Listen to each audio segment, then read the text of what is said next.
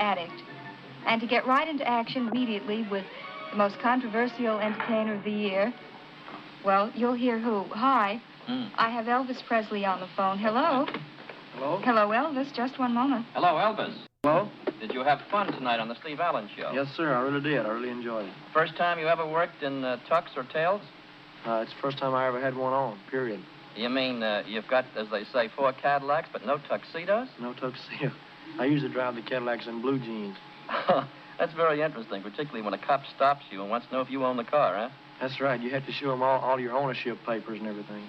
You know, less than 2 years ago, you were earning $14 a week as a movie usher and then $35 a week for driving a truck in Memphis.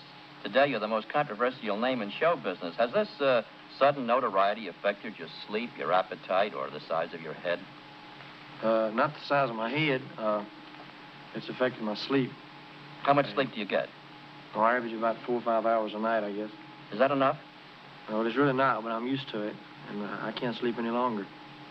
What do you keep in mind mostly? I mean, some of the songs you're going to do, or some of your plans, or what? What goes through your mind? Well, everything has happened to me so fast in the last year and a half till I'm all mixed up, you know. I mean, I can't keep up with everything that's happening.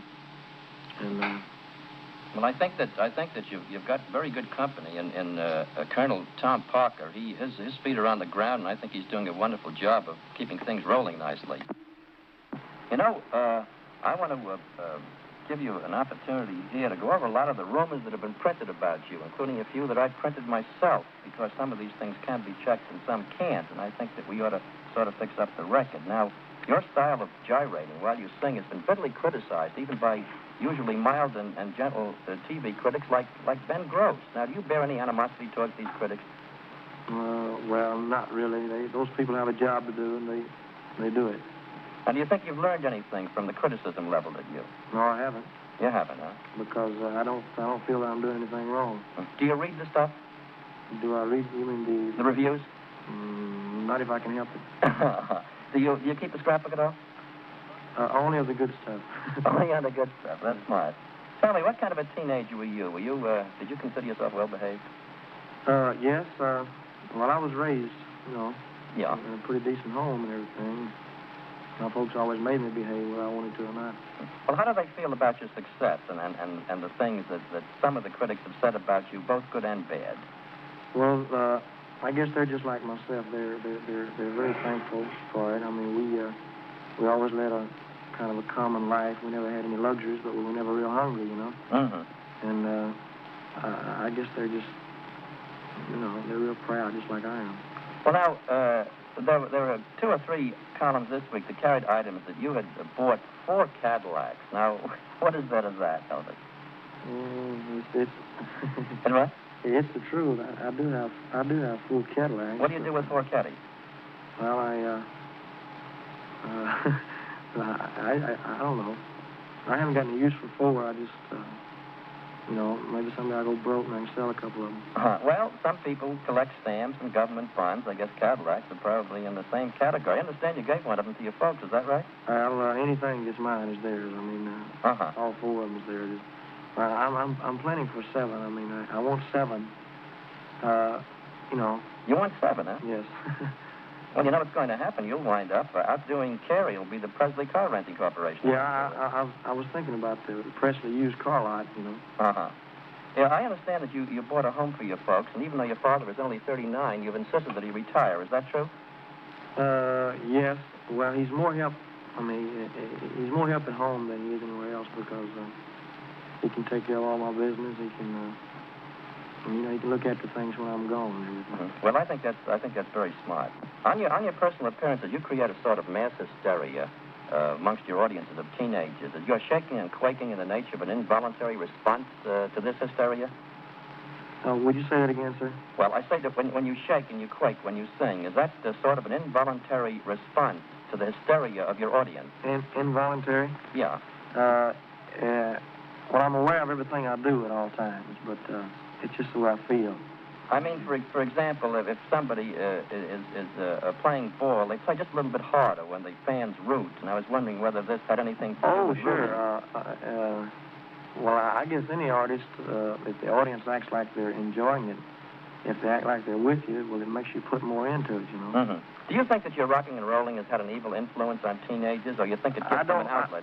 I don't see that any type of music would have any bad influence on people when it's only a music. I mean, I can't figure it out. I mean, in a lot of the papers, they say rock and roll is a big influence on juvenile delinquency.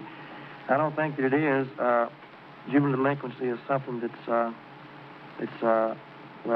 just, I don't know how to explain it, but I don't see how music would have anything to do with it at all. I understand that Mitch Miller of Columbia Records defines rock and roll as a safe form of rebellion against mother, father, and teacher. Do you go along with this analysis? I don't exactly know what he means by rebellion. I mean, how would rock and roll music make anybody rebel against their parents? Well, I guess that answers Mr. Miller. Now, I've got a couple of questions here I'd like to sort of clear up. One of them, and it's sort of a silly one to me, after having talked with you at some length earlier, what about the rumor that you once shot your mother? Well, I think that one takes the cake. I mean, that's about the funniest one I've ever heard. Where'd that one come from? Have you any idea? I have no idea. I can't imagine. When you mentioned it to me, it's the first time I ever heard it. Is that right? First time I ever heard it. Well, there's another one, too, you may not have heard before. Several newspaper stories hinted that you smoked marijuana to hit the bottle in order to work yourself into a frenzy while singing. What about that? I don't know. You won't even bother answering that one. Well, here's a one that's very interesting. I don't know whether you noticed the column the other day. They predict that Elvis Presley will be another James Dean. Now, have you heard that? I've heard something about it. But I would never compare myself in any way to James Dean because James Dean was a genius in acting. Mm-hmm. Although I'll say that I sure would like to. I mean, I guess there's a lot of actors in Hollywood that would like to have had the ability that James Dean had. Mm-hmm. Mm-hmm. But I would never compare myself with James Dean in any way. You know? Now, if you had your choice, would you prefer to be an actor than to be a singing entertainer? If I were a good actor, of course I'm not a good singer, but if I were a good actor, I think that I would like it a little better.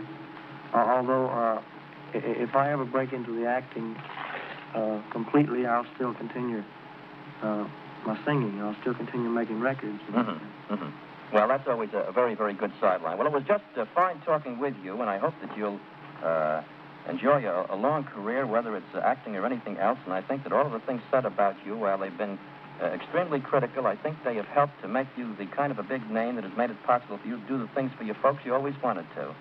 So I sort of think I'd look at it that way, Elvis. Well, sir, I tell you, you got to accept the bad along with the good. I've been getting some very, very good publicity. Mm-hmm. The press has been real wonderful to me, and then I've been getting some bad publicity, but you got to expect that. And I know that, I'm doing the best I can, and I have never turned a reporter down. I never turned a disc jockey down because they're the people that help make you in this business. Mm-hmm. And as long as I know that I'm doing the best I can, that's... No, you can't be expected to do any more. And I want to tell you, it's just been swell talking with you, and you make a lot of sense. Thank you very much. Give my best to the Colonel now. Sure will. Bye-bye.